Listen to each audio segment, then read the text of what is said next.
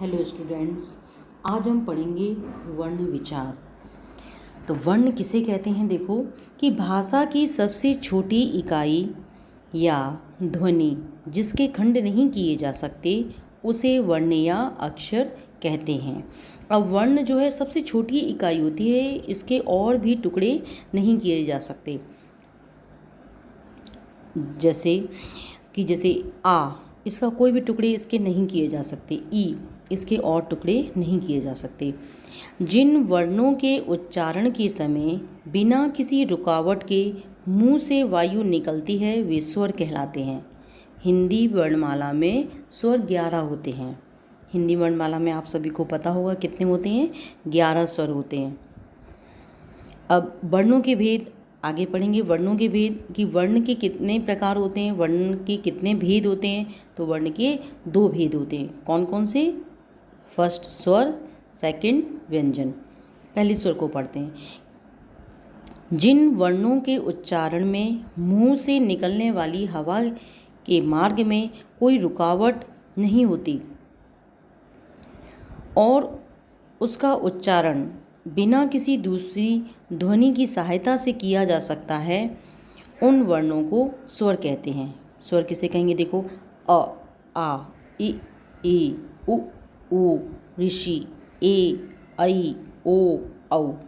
हिंदी में 11 स्वर होते हैं।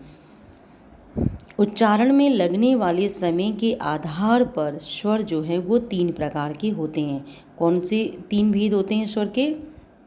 कि स्वर में एक तो ह्रीश्व स्वर, दूसरा दीर्घ स्वर, प्लुत स्वर। जैसा आप सभी इसमें देख भी पा रहे हो कि स्वर के जो हैं वो 3 प्रकार हैं। ह्रीश्व स्वर में क्या होता है कि जिन स्वरों के उच्चारण में सबसे कम यानी एक मात्रा का समय लगता है उन्हें ह्रीश्व स्वर कहते हैं। जिसमें बहुत कम समय लगता है, जैसे अ, ई, ये क्या होंगे? ह्रीश्व।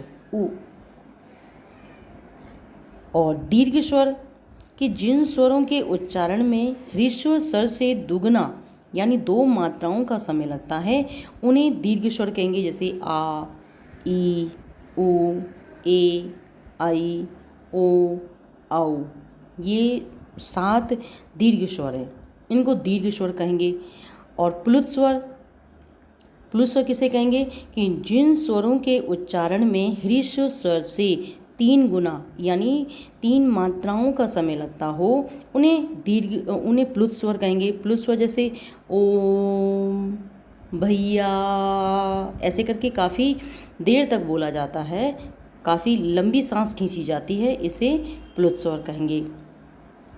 वर्ण विच्छेद क्या होते हैं? आगे पढ़ेंगे। वर्ण विच्छेद कि विच्छेद शब्द का शाब्दिक अर्थ होता है अलग करना। इस तरह वर्ण विच्छेद का अर्थ हुआ प्रत्येक वर्ण को अलग करना। जब शब्द में से उसके सभी वर्णों को अलग कर दिया जाता है तो वह वर्ण विच्छेद कहलाता है। जैसे लड़की में क्या है? ल को अलग कर दिया, ल में हलंत लगा दिया। फिर हलंत लगाने से क्या हो जाएगा? ल जो है व्यंजन जो है अकेला, इसमें क्या है? स्वर भी तो मिला होता है ल में, फिर प्लस अ कर दिया अलग। वर्ण विच्छेद इनको अलग अलग करना। ल, फिर आ, फिर ड़, फिर आ, फिर क, फिर ई की मात्रा बड़ी की, तो क्या हुआ? लड़की। ऐसे ही करके देखो, पहाड़ी, कमल, मैदान, सड़क, अज्ञान, इनको वर्ण विच्छेद कहते हैं कि वर्णों को अलग अलग करना ही वर्ण विच्छेद कहलाता है। किसी शब्द की सब ध्वनियों को अलग करना ही वर्ण विच्छेद कहलाता है या वर्ण विश्लेषण कहलाता है। और भी देख लो इसमें, जैसे दूसरे एग्जाम्पल से देख लो, कोयल में देखो का है, फिर हलंत लगा के ओ लगा दिया, को हो गया। फिर य में हलंत लगा दिया, फिर आ, यह हो गया पूरा। फिर ल में फिर आ, तो क्या हो गया? कोयल। और वर्ण संयोजन किसे कहते हैं? कि वर्णों को पुनः मिलाना वर्ण संयोजन कहलाता है। अब तुम्हें हमने वर्ण अलग अलग कर दिए, अब इनको मिलाना वर्ण संयोजन कहलाता है। जैसे इसमें म, फिर आ लगा दिया, ह, ई, ला और आ की मात्रा, तो क्या हुआ? महिला। इसे कहेंगे वर्ण संयोजन। आगे नेक्स्ट पढ़ते हैं। हिंदी भाषा ध्वनि व वर्ण किसे कहते हैं? इसमें थोड़ा सा क्या है कि ध्वनि के लिखित रूप को ध्वनि चिन्ह या वर्ण कहते हैं। वर्ण उस मूल ध्वनि को कहते हैं जिसका विखंडन नहीं किया जा सकता। जिस ध्वनि या ध्वनि समूह का उच्चारण एक श्वास के एक ही आघात में हो उसे अक्षर कहते हैं। परस्पर विचार विनिमय के माध्यम को भाषा कहते हैं। किसी भाषा को लिखने का ढंग लिपि कहलाता है। हिंदी भाषा को देवनागरी लिपि में लिखा जाता है।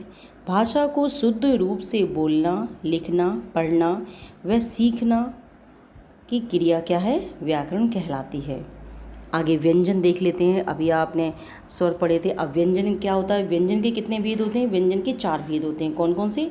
स्पर्श व्यंजन, अंतस्थ व्यंजन, ऊष्म व्यंजन और संयुक्त व्यंजन।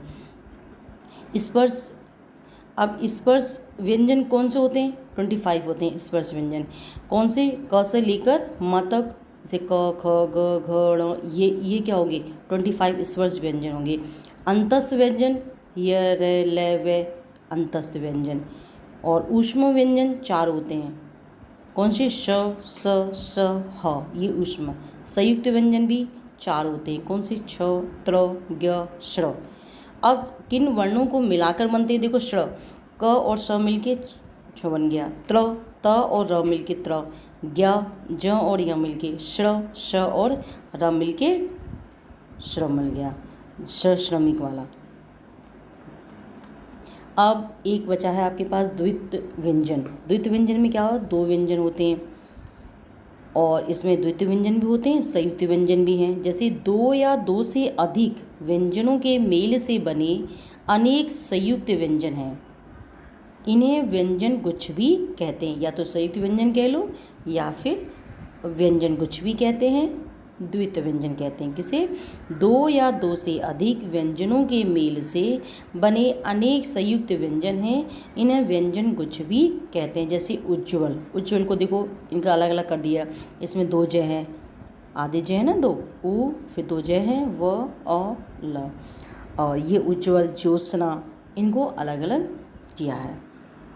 आई होप आप सभी को वीडियो समझ में आई होगी। वर्ण विचार आपको समझ में आया होगा। थैंक्स।